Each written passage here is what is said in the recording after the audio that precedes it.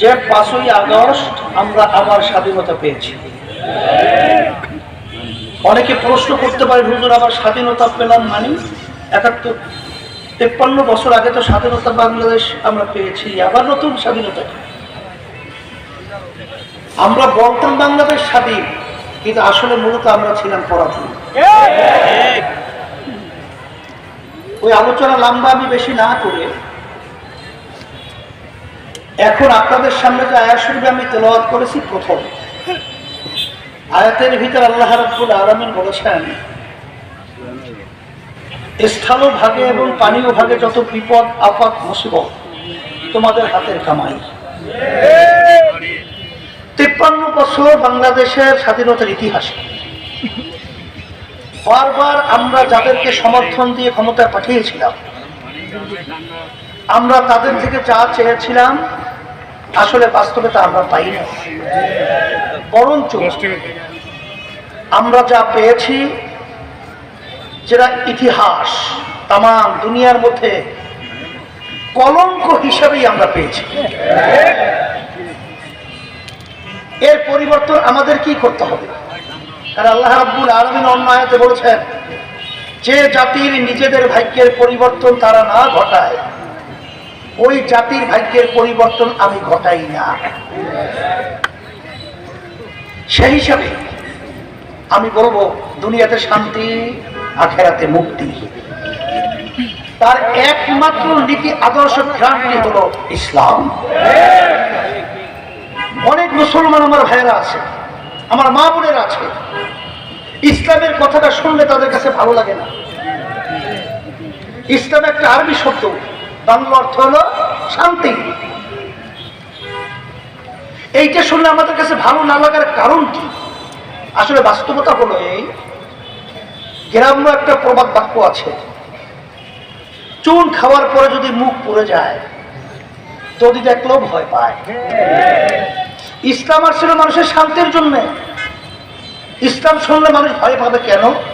আসলে বাস্তবতা হলো এই যে কিছুদিন আগে যে সরকার পতন হলো, দিনকে রাত্র বানিয়ে রাত্রকে দিন বানিয়ে মিথ্যার উপরে এমন ভাবে প্রচার করতে মনে হয় যে এইটাই সত্য। কি বাস্তবতা আছে না নাই? আসলে ইসলামের বিরুদ্ধে তাম বিশ্বের মধ্যে ইসলাম বিদ্বেষী চক্র পরিকল্পিত ভাবে এমন ভাবে মিথ্যা প্রচার করেছে, যে প্রচারের মাধ্যমে ইসলামের কথা শুনলে আমাদের ভয় হয়। আসলে বাস্তবতা ইসলাম কি ভয়ের জিনিস না। যেমন একটা উদাহরণ দিলে আপনারা বুঝবেন সংক্ষেপ। ইসলামের ভিতরে একটা আইন আছে, চুরি করলে হাত কেটে দাও। এটা শুনলে ভয় পায় না? তাহলে বাংলাদেশে তো সিংহ বাকি এই যারা নাকি দায়িত্বে ছিল সবই তো হাত কাটা লাগবে। কথা ঠিক না বেঠিক? আসলে বাস্তবতা হলো ইসলাম সব চোরের হাত কাটার নির্দেশ কিন্তু দেয় নাই। চোর দুই প্রকার, একটা অভাবী চোর আর একটা স্বভাবী চোর। অভাবী চোর কাকে বলে? পেটির ক্ষুধায় মরণাপন্ন, উপায় নাই, তখন সে অনুপায় হইয়া চুরি করছে, এইটা হলো অভাবী চোর। আর একটা লোক তার কোনো অভাব নাই, সে চুরি করছে, এটার নাম কি? স্বভাবী চোর। আমাদের বাংলাদেশে এমপি মন্ত্রীরা সব তো অভাবী চোর। একটা আসতে বলে, হ্যাঁ সব স্বভাবী চোর না? ইসলাম বলছে এই স্বভাবী চোরদের হাতকে কেটে দাও। যদি এইভাবে এই স্বভাবী চোরদের একটা হাত কাটা হতো, বাংলাদেশের টাকা বিদেশে পাচার হতে পারত। এটা কি ভালো না খারাপ? আমি অন্য আর বেশি উদাহরণ দেব না। ইসলামে এমন এক নীতি আদর্শের নাম। স্বাধীনতা 3টা স্লোগানের মাধ্যমে হয়েছিল: সাম্য, সামাজিক মানবিক মর্যাদা এবং ন্যায় বিচার প্রতিষ্ঠা। কথা ঠিক না? কিন্তু আসলে বাস্তবতা হলো একমাত্র এই 3টা বাস্তবায়ন এই নীতি আদর্শের মাধ্যমেই সম্ভব, অন্য কোনো নীতি আদর্শের মাধ্যমে সম্ভব না। সাম্য কাকে বলে? মানবতা কাকে বলে? ওমর ফারুক রাদিয়াল্লাহু তাআলা আনহু অর্ধেক দুনিয়া রাজত্ব করেছিলেন, বাংলাদেশের মতো প্রায় 200 দেশের রাজা। তিনি জেরুজালেম রওনা করছেন, তিনি উটের পিঠে বসা, গোলাম উটের রশি টানতেছে। কিছুক্ষণ পর আমির বলছেন, তুমি এখন উটের পিঠে উঠবে, আমি উটের রশি টানবো।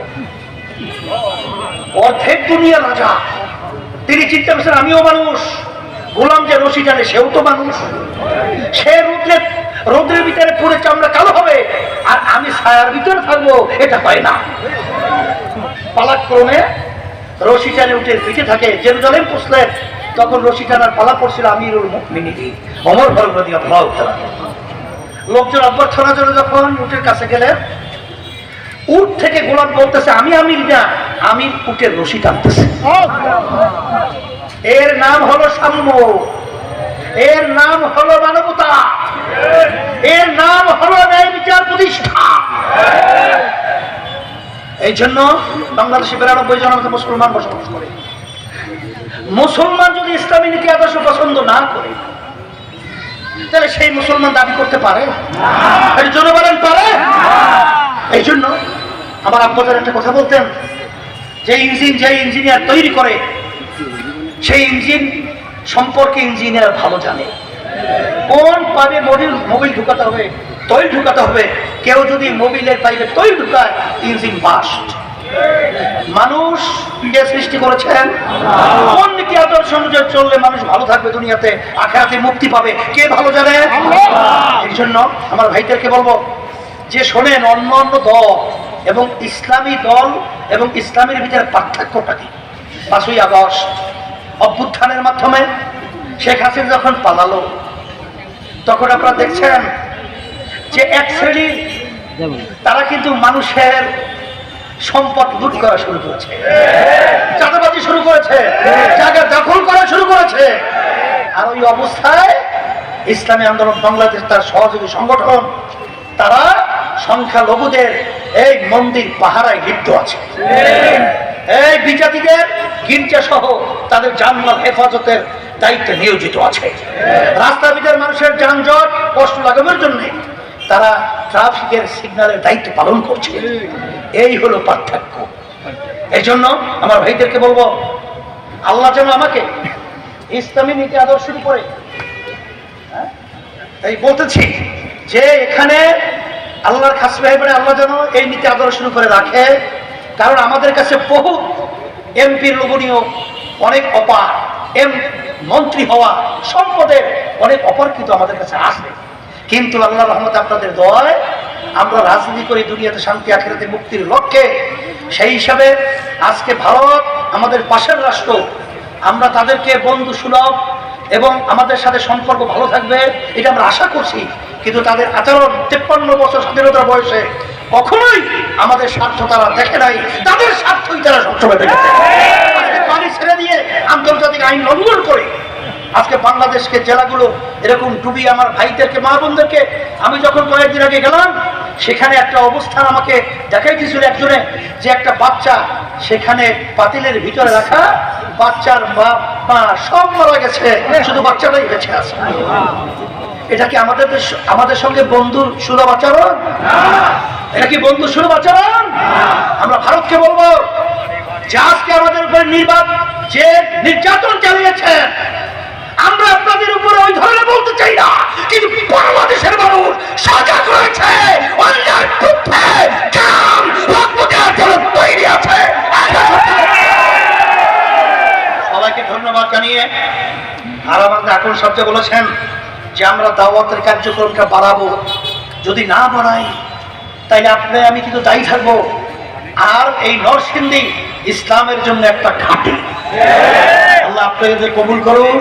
আজকে সম্মেলন যারা করেছেন এত সুন্দর, সবাইকে ধন্যবাদ জানিয়ে আমি আলোচনা শেষ করছি। আল্লাহুম্মা আমিন। রব্বানা আতিনা ফিদ দুনিয়া হাসানাহ ওয়া ফিল আখিরাতি হাসানাহ ওয়া কিনা আযাবান নার বিরহমাতিকা।